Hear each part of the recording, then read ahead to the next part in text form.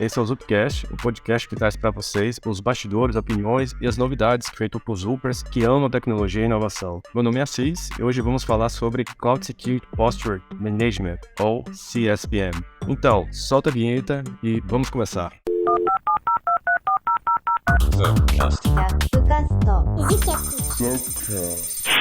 Isso aí, pessoal. Bom, hoje comigo são algumas feras, né? Tomás Barros e o Luan Costa. Fala aí, Tomás, se apresenta um pouquinho pra gente. Olá, pessoal. Tudo bom? Aqui quem fala é o Tomás. Sou o membro mais novo do time de Cloud Security da Zup e hoje eu tô aqui com o Luan e com a Assis para falarmos um pouquinho sobre CSPM. Fala, pessoal. Meu nome é Luan, componho também o time aqui de CloudSec e hoje a gente vai entrar um pouco mais a fundo nesse assunto massa de CSPM. Bora lá. Bem, na tradução, CSPM significa gerenciamento de postura da segurança na nuvem, né? E isso é um conjunto de práticas que detecta e responde ameaças à segurança, identificando configurações incorretas de recursos e serviços na nuvem. E quando existe essa configuração incorreta, o risco é grande, né? Segundo a Netscope, 48% desses erros na nuvem levam à exposição de dados confidenciais e 95% das violações de segurança são causados por configurações incorretas, de acordo com a Gartner. Agora que nós percebemos o quanto é importante falarmos sobre isso, bom saber como o CSPM funciona na prática. Então, para resolver esses temas, vamos lançar aqui agora uma discussão, um debate com o Tomás e o Luan, para a gente entender um pouco mais a fundo sobre CSPM na prática, né? Direto das trincheiras. Primeiro, como é que funciona de fato um CSPM? Um CSPM é uma solução web acoplada à sua solução de cloud provider. Ele é uma ferramenta que surgiu para ajudar as organizações a lidar com cada vez a maior sofisticação das soluções em nuvem, né? Ele se conecta ao seu cloud provider, ao seu ambiente em nuvem, e ele se torna um monitor. Ele não é um firewall, não é uma solução em tempo real, mas a ideia é que ele fique procurando o seu ambiente de nuvem por misconfigurations, por falta de compliance em algum protocolo e algum standard que a organização tenha que seguir. E muitos deles começaram nessa linha, né, de procurar misconfigurations, procurar falhas de configuração, procurar falhas de postura. E hoje a gente também tem algumas soluções que procuram automatizar um pouco as correções, né? Então eles utilizam muito de IAC para fazer correções de uma forma automatizada ou indicar como realizar tais correções. Complementando talvez um pouco do que o Tomás falou aí, talvez de uma maneira até mais simples, ele vai, a grosso modo, ele vai escanear todas as suas organizações, né? No caso, seu AWS Organization, seu tenants, seu subscription dos seus tenants da Azure, entre outras clouds aí, ele vai fazer uma varredura, um scan, e ele vai apontar os riscos encontrados, e ele vai categorizar esses riscos, né, com nível de criticidade. Todos esses riscos levantados, eles vão ter um status. Geralmente ele começa em aberto, a pessoa vai tratar, né, o SRE, o Cloud Engineer, ele vai fazer a tratativa daquele risco e conforme a tratativa ele vai mudando seus status. E o bom também que ele pode fazer um apontamento, né, de umas recomendações de correção com hardening, né, entre outros. O Tomás, ele também citou uma coisa bem interessante, já adiantando a discussão, que é sobre o CSPM. Ele não apenas acusa as misconfigurations, né, as configurações incorretas ou inseguras, mas também ele pode ajudar, auxiliar na remediação automática. Como é isso? Exatamente. É aquilo, né? Ele já é uma solução que fica ali olhando quais problemas em misconfiguration a gente tem numa solução de nuvem. Então, seja através de soluções da própria cloud provider, elas podem agir sobre o ambiente. Vamos supor, ele encontra um security group que está configurado com uma exposição incorreta, com uma exposição permissiva demais. Ele pode automaticamente remover alguma regra segura, ele pode editar aquela solução, ele pode te indicar, em alguns outros casos, como resolver aquele problema. Então, a gente pode utilizar o config da AWS, por exemplo, para poder realizar essas configurações automatizadas a partir de um alerta vindo do Security Hub, por exemplo, para fazer esse tipo de configuração. Perfeito. Na prática, né, o ato de você criar remediações, você já encontra isso pronto? Você tem que desenvolver? Como é que, de fato, essas remediações podem ser utilizadas ou criadas? As ferramentas do mercado, elas já vêm com essas remediações prontas,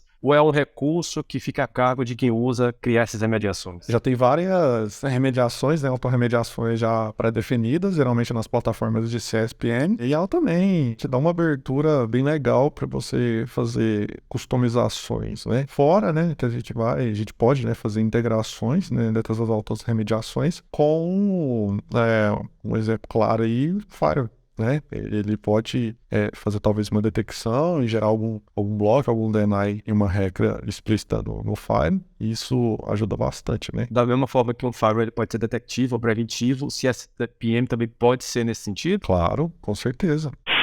Sobre as integrações, né, que o CSPM pode estar realizando, né, para aderir melhor ao ecossistema que a empresa já tenha trabalhando. Quais são as mais comuns, as primeiras que vêm à mente, né? Quando você vai adotar o CSPM, qual a primeira preocupação em termos de integração? Olha, os alertas críticos, eles serem automaticamente levados ao consciente do time, né? Levar a informação para eles é fundamental. Então, seja o alerta automatizado enviado para todos os participantes, seja a abertura de um ticket automaticamente para as pessoas envolvidas lidarem com aquele problema. Então, uma solução de ITSM, dependendo da solução, ela pode gerar um alerta em outras formas. Isso é bacana demais, né? Porque a gente fazendo uma integração aí com o ITSM, né, é fundamental, né? Porque aí a gente garante a abertura, um ciclo de vida também, que a gente vai ter aí uma notificação dos responsáveis a partir desse alerta,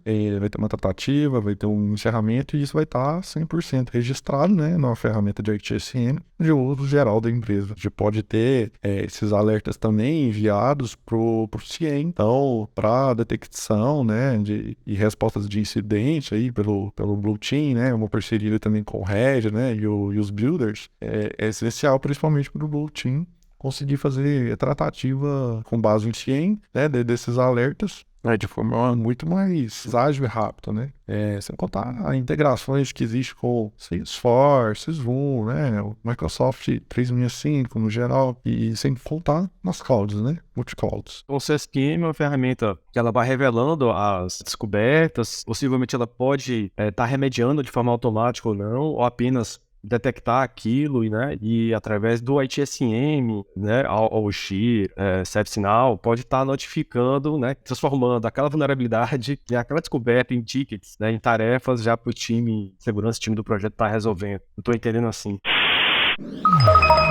Ei, tá curtindo esse podcast? Não esquece de compartilhar esse conteúdo, beleza? Aproveita e dá uma olhadinha na nossa maratona de vídeos sobre arquitetura hexagonal, toda quarta-feira às 13 horas. Obrigada! Esse processo, né? Esse workflow de uso da ferramenta, a ferramenta como apoio ao processo de segurança. Como é que ele se encaixa no processo da equipe de segurança, no dia a dia? As equipes de projeto, a equipe de segurança, como é que ele vai apoiar esse processo? A descoberta automatizada e a continuidade, né, a contínua dos ativos ali em todos os ambiente, arquitetura, né, para garantir a cobertura total em real time, eliminar pontos cegos, né, é fundamental, né? Identificação de ativos de alto risco, né, dados confidenciais, né, vão ajudar bastante. O apoio aí nos alertas, né, com talvez uma integração aí com um Firewall, um CIEM, pode ajudar bastante na detecção, um exemplo do Blue Team que eu comentei. Respostas rápidas, né, incidentes rápidos tratados, mitigação de risco, né, e tempo, é isso aí. É uma ferramenta que ela ajuda os times na governança dos problemas, né, governança da solução de nuvem. Então, ela se torna fundamental para que nosso time de CloudSec, o Blue Team, os times defensivos, eles consigam passar a mensagem de forma clara, concisa e direta para os times de projeto, né? Para os times que vão estar ali lidando com essas questões de configuração mais perto da gente, né? A plataforma em si sozinha, ela não vai cumprir todo o papel, né? Então, ela passa a ajudar a gente nessa gestão dessas vulnerabilidades, dessas falhas de postura. Então, você entrega uma mensagem de forma muito rápida, concisa e fácil, né? Para os times, para as lideranças, para os desenvolvedores, para os times de SRE envolvidos nos projetos. A gente falou aqui de Blue Team, Red Team, Builders, mas a gente não falou do DevSecOps, né? Então, a gente tem a conformidade contínua também para pipeline, CI, CD, né? Então, galerinha aí do DevSecOps vai ajudar bastante. A gente pode, né, trabalhar com CSPM aí no workloads, né, de uma maneira bem elástica, estrutura de nuvem, né, pública, então ajuda bastante, né. E sobre aquelas tradicionais ferramentas de segurança, né? Elas já estão ultrapassadas quando nós falamos de nuvem. As outras ferramentas de segurança, por exemplo, Firewall, ferramentas isoladas, né? Os famosos CLID, SASH, YASH. Como é que essas ferramentas se integram com o CSPM na nuvem, né? Como é que essas ferramentas, né, vamos dizer, tradicionais, né? Elas podem estar se comunicando, né, se integrando com o CSPM? Bom, o básico fundamental nunca morre. Então, o Firewall, IPS, IDS continuam sendo soluções fundamentais e existentes dentro de um ambiente de nuvem. É só que eles ganham novos companheiros, como o CSPM, eles ganham novas funcionalidades, eles ganham novos parceiros, né? A gente tem novas soluções de monitoramento que podem se integrar a eles, que podem ajudar os times a tomarem decisões mais assertivas e mais precisas. O ambiente de nuvem também facilita muito os times de operação na hora de lidar com esses tipos de recurso, automatizando muito das coisas que teriam que ser feitas na mão. Do ponto de vista de SAST, DASH, continuam sendo necessárias, né? As vulnerabilidades, as bibliotecas potencialmente defasadas, com vulnerabilidades, continuam tendo que ser analisadas. O desenvolvimento de software, ele continua dependendo de integrações, de outras soluções, de terceiros. Então, essas ferramentas continuam sendo tão fundamentais quanto antes. Talvez com uma nova roupagem, mas elas continuam existindo. Eu também acredito que essas soluções são extremamente necessárias e elas conversando entre si é sensacional, né? A gente aumenta o volume de dados, detecção de resposta a incidente mais rápidas, seja ela, né, no CSPM talvez conversando com o CIEM, DLP, ferramentas de Firewall principalmente, talvez autorremediação, de forma talvez até automática, né, para agilizar o processo, e é isso aí. Hoje, né, vamos dizer que uma empresa está surgindo e ela então decide adotar, né, uma ferramenta de CSPM para ela poder lá saber, né, ter visão, né, sobre a segurança da nuvem dela e ela conseguir acompanhar, né, as detecções, remediações automáticas ou não. Quais são as primeiras ações que a empresa tem que tomar para poder implementar um CSPM? Acho que a primeira parte é o lado humano, né? É a conscientização dos times da necessidade de validação das posturas, né? De identificar seus problemas, identificar os processos que precisam ser refinados, utilizar o CSPM como o que é, uma ferramenta. Então, ele é uma ferramenta que sozinha não vai fazer tudo. Então, o lado humano é fundamental, o lado de você mostrar para os seus times de projeto, o desenvolvimento, de liderança, o valor que a gente vai entregar à segurança, ou que é um investimento de esforço, é um investimento de mudança de cultura que precisa ser adotado na empresa para essa ferramenta poder entregar todo o seu potencial. Não adianta a empresa crescer com tecnologia, infraestrutura, desenvolvimento de código, né? E ela não acompanhar a segurança, né? A segurança não acompanhar ela. A segurança é fundamental. CSPM, igual a gente falou, ele traz diversos riscos, principalmente quando todo o fluxo geralmente é feito manual, né? Principalmente, né, o apontamento dos maiores riscos são feitos de forma manual, então vai mitigar bastante. O uso de IAC é fundamental, né? Até para a gente corrigir em massa, a gente conseguir restaurar de uma forma mais rápida, a gente fazer a correção de uma escala massiva. E complementando o que o Tomás falou, né? A gente precisa de um processo, né, definido pela empresa, pelo time de governança, né, de processos. A gente precisa adotar um processo, né? Não adianta a gente ter a ferramenta lá do CSPM, a gente trazer vários alertas, vários riscos, ela ter a categoria de status, a gente ter as criticidades e a gente não souber encaminhar, né? A gente não souber direcionar as tratativas e o acompanhamento também, que é fundamental, né? Que precisa de uma área responsável por acompanhar, né, esse processo, acompanhar o início ao fim dessa tratativa com SLAs, cobrar, né, ter um SLM ali para cobrar recorrente a correção dessas vulnerabilidades, dessas não conformidades e o processo aí é essencial, né? Então, segurança, processo. Cara, muito bom. E super concordo também, né? Acho que ferramentas são apenas ferramentas. O que faz valer a efetividade delas é o processo. Sem processo, pessoas, ferramenta nenhuma vai poder ajudar sozinho. Então, muito legal. apesar dos processos serem importantes, ter ferramentas que de fato nos ajudem, que se encaixem perfeitamente nos processos, é maravilhoso. É difícil, é ruim quando a gente tenta adotar um processo de segurança e às vezes a gente não consegue ter as melhores ferramentas mais aderentes, né, ao processo da empresa, à cultura da empresa. Então, quais ferramentas de fato que estão implementando o CSPM e que vocês podem estar aqui de fato dando como sugestão pra gente? Olha, inicialmente, olhando dentro de casa, né, a própria AWS, ela entrega muitas soluções que ajudam a gente a trabalhar gerenciamento de postura. Então, o Security Hub, ele acaba aglutinando muita informação legal das mais diversas soluções da Amazon, GuardDuty, Inspector, ajudando a gente a identificar falhas de conformidade quanto a protocolos, quanto ao framework de segurança da Amazon, PCI DSS. A gente também conhece o Zamxing, entrega uma solução muito amigável, muito interessante, multi-cloud. Então, ela lida não só com Amazon, Azure, GCP, Huawei, enfim, tem também soluções da Tenable, tem Prowler, que são soluções que têm o potencial de ajudar a gente a identificar e corrigir vulnerabilidades.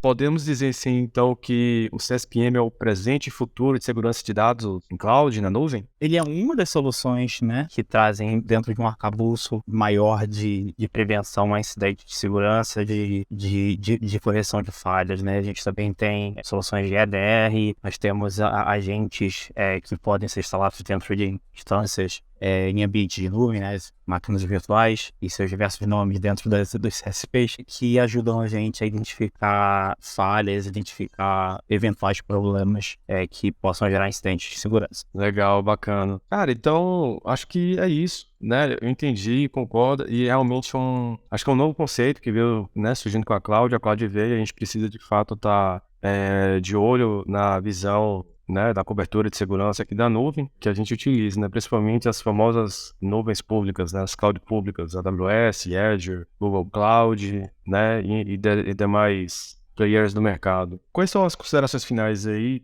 de Luan e Tomás sobre esse tema que vocês podem dar agora para arrematar esse assunto? Bora, pessoal, bora implantar o CSPM, vamos garantir segurança, principalmente o processo, vamos caminhar os dois. Tem vários mercados, vários players de mercado. Vamos fazer uma POC. Uma POC é sempre bem-vinda no nosso ambiente aí. Testar várias funcionalidades, processo, workflow, integrações com ferramentas que a gente tem dentro da nossa casa, né? Então, é bem legal. É bem na linha do que o Luan falou mesmo.